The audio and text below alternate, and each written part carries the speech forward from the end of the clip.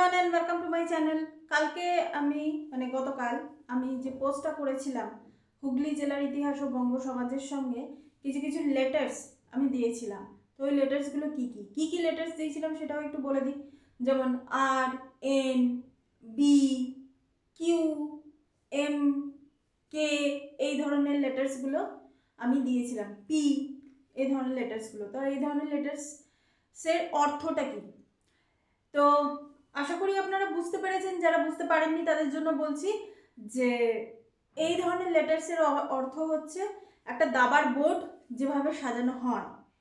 তো দাবার বোর্ডে যারা দাবা খেলা জানেন তারা জানেন যে কাদের কাদের দরকার পড়ে দাবার বোর্ডের জন্য। পেয়াদা দরকার পড়ে, নৌকা, ঘোড়া, গজ, রাজা, রানী অথবা মন্ত্রী।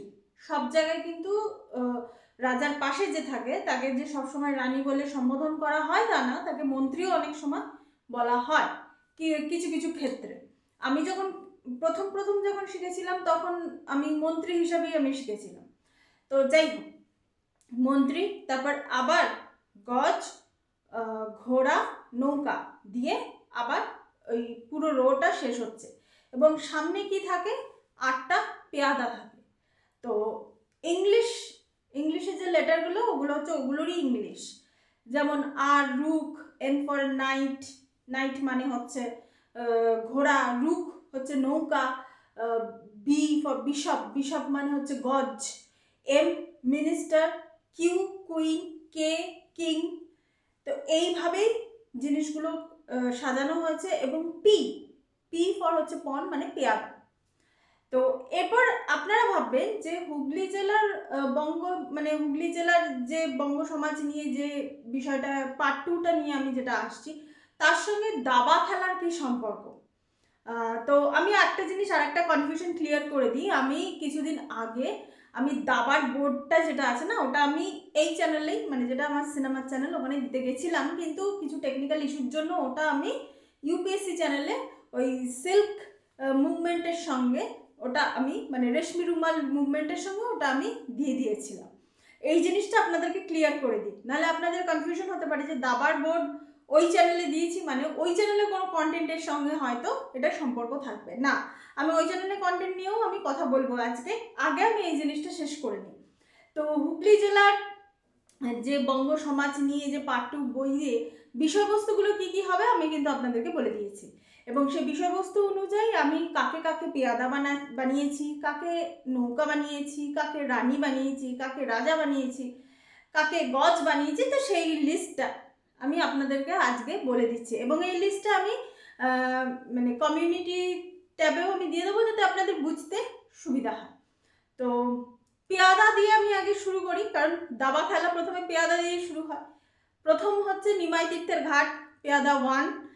তারপর হচ্ছে গোস্বামী এবং সোম পরিবার নিয়ে যে কথাটা সুধীরবাবু বলেছেন সেটা হচ্ছে পেয়াদা নাম্বার 2। অস্পৃশ্যতা দূরীকরণ হচ্ছে পেয়াদা নাম্বার 4। সপ্তগ্রাম পেয়াদা নম্বর হচ্ছে অস্পৃশ্যতা দূরীকরণ হচ্ছে 3, সপ্তগ্রাম হচ্ছে 4, মহানাথ 5, পোলবা হচ্ছে 6, তারকেশ্বর হচ্ছে 7 এবং চৈত্র সংক্রান্তি নিয়ে কিছু কথা সেটা হচ্ছে 8। তার 8টা পেয়াদা হয়ে গেল। আমি আরেকবার বলে দিই 8টা পেয়াদা কি কি। 1 নম্বর হচ্ছে নিমাই তীর্থের ঘাট, 2 নম্বর হচ্ছে গোস্বামী এবং সোম পরিবার, এই দুটো পরিবারকে একসঙ্গে করে নিয়েছি, নাহলে একটা এক্সট্রা হয়ে যেত। তো খেলা অনুযায়ী কিন্তু সেটা হতো না, সেই জন্য আমি একসঙ্গে করে নিয়েছি। অস্পৃশ্যতা দূরীকরণ সেটা হচ্ছে 3, 4 নম্বর হচ্ছে সপ্তগ্রাম, 5 নম্বর হচ্ছে মহানাথ, 6 নম্বর হচ্ছে পোলবা, 7 নম্বর হচ্ছে তারকেশ্বর, 8 নম্বর হচ্ছে চৈত্র সংক্রান্তি। তো এটা তো গেল পেয়াদাদের পাঠ। এরপর আমি চলে আসি পেছনে, পেয়াদাদের পেছনে যে রোটা থাকে সেটা কিভাবে সাজানো হয়। প্রথমে থাকে নৌকা, দেন থাকে ঘোড়া, তারপর থাকে গজ, তারপর থাকে রাজা, তারপর থাকে রানী অথবা মন্ত্রী, তারপর থাকে আবার গজ, তারপর থাকে নৌকা এবং তারপরে থাকে ঘোড়া, তারপরে থাকে নৌকা। তো এইভাবে এই রোটা সাজানো হচ্ছে। তো প্রথমে আমি নৌকা দিয়ে শুরু করছি। নৌকা দুপাশে দুটো নৌকার কথা বলছি। এক পাশে থাকবে চন্দননগর এবং ফরাসি সাম্রাজ্য এবং আরেকটা পাশে থাকবে নীল চাষে হুগলি জেলার সেই সময় কি পরিস্থিতি ছিল। এটা হচ্ছে দুটো নৌকা। এবার আমি যদি চলে আসি ঘোড়ার কথা বা নাইট, একটা হবে দুটো ঘোড়া, একটা হবে হুগলি জেলার যে প্রকাশনা মানে পাবলিকেশন যে সেন্টার সেই সময় কীরকম ছিল সেই প্রকাশনা ব্যবস্থা, এবং আরেকটি ঘোড়া হচ্ছে ৭৬-এর মন্বন্তর। এটা তো গেল ঘোড়া। এবার চলে আসি বিশপ।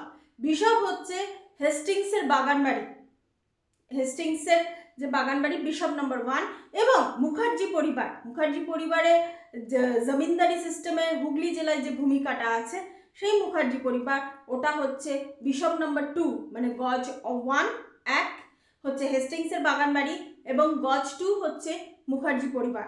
এরপর চলে আসি রানী। রানীদের ক্ষেত্রে কিন্তু দুটো করে হয়ে যাচ্ছে, রানী এবং রাজা দুটো করে হয়ে যাচ্ছে। মানে রানীর সঙ্গে মানে কিছু জায়গায় রানী থাকে, কিছু জায়গায় মন্ত্রী থাকে। মন্ত্রী হিসেবে আমি বলেই দিচ্ছি মোহনলাল, একটাই আমি নাম পেলাম মন্ত্রী হিসেবে মোহনলাল। তার সময় পলাশী যুদ্ধের ক্ষেত্রে মোহনলালের যে ভূমিকা সেটা। এবং রানীদের মধ্যে যেটা আছে যে দুর্গেশ নন্দিনী রানী, রানী 1 এবং রানী 2 হচ্ছে ভবশঙ্করী দেবী, যিনি আমার যেটা মনে হয় হংসেশ্বরী দেবী মন্দিরের যিনি প্রতিষ্ঠাতা বা প্রতিষ্ঠাত্রী এরকম একজন হবেন, মানে বাঁশবেড়িয়া সংক্রান্ত জায়গায়।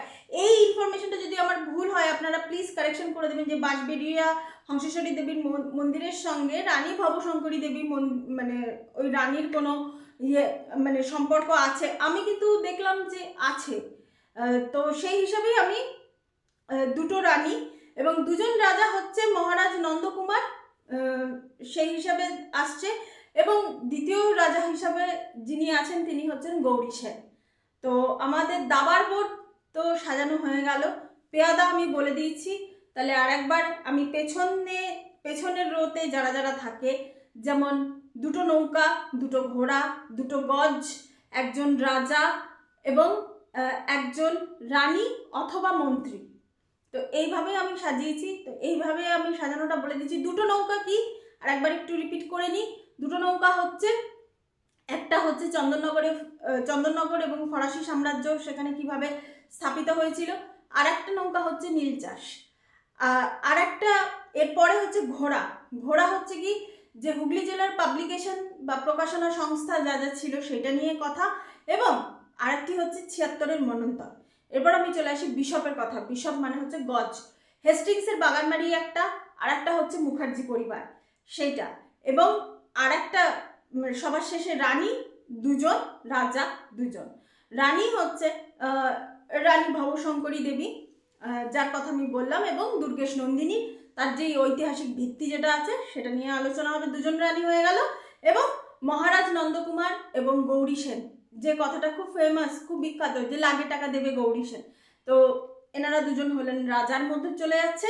এবং মন্ত্রী আমি রাখছি, তার কারণ হচ্ছে যেহেতু দাবা খেলার নিয়ম আছে রানী অথবা মন্ত্রী, তো সেই হিসাবে মন্ত্রী হিসাবে আমি মোহনলাল, পলাশী যুদ্ধে যিনি খুব একজন গুরুত্বপূর্ণ ব্যক্তিত্ব ছিলেন মোহনলাল।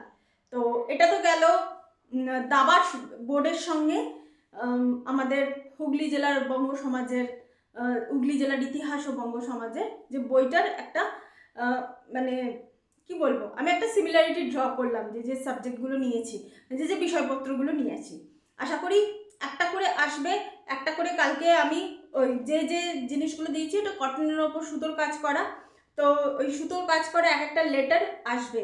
যদি রানী হয় তাহলে কিউ আসবে, রাজা হলে কে আসবে, যদি নৌকা হয় তাহলে আর আসবে, কিন্তু নৌকা মানে এন আসবে না, এন হচ্ছে ঘোড়ার জন্য আসবে, মানে নাইট। এটা আমি ইংলিশ অনুযায়ী ওটা সাজিয়েছি।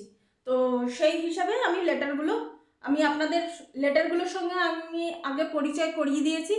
কেউ কেউ বুঝতে পেরেছেন, কেউ কেউ পারেননি, সেটা অন্য কথা। এরপর আমি যদি চলে যাই যে ইউপিএসসি যে চ্যানেলটাতে, ওখানেও কিন্তু এই যে আপনারা দেখবেন যে আমি প্রাচীন ভারত পড়াতে পড়াতে হঠাৎ করে রেশমি রুমাল ষড়যন্ত্র, ওটা কিন্তু ওই সময়কার নয়। এটা আমি কেন দিলাম, ওটা জাস্ট একটা ইন্ট্রোডাকশন ছিল।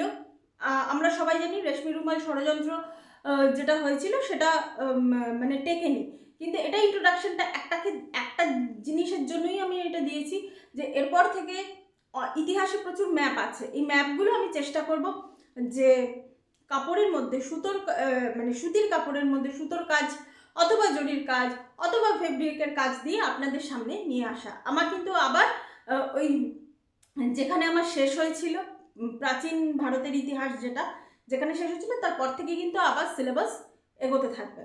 তো এটাই ছিল আমার এই ভিডিও। আশা করি পুরো জিনিসটা আপনাদের ক্লিয়ার হয়ে গেছে।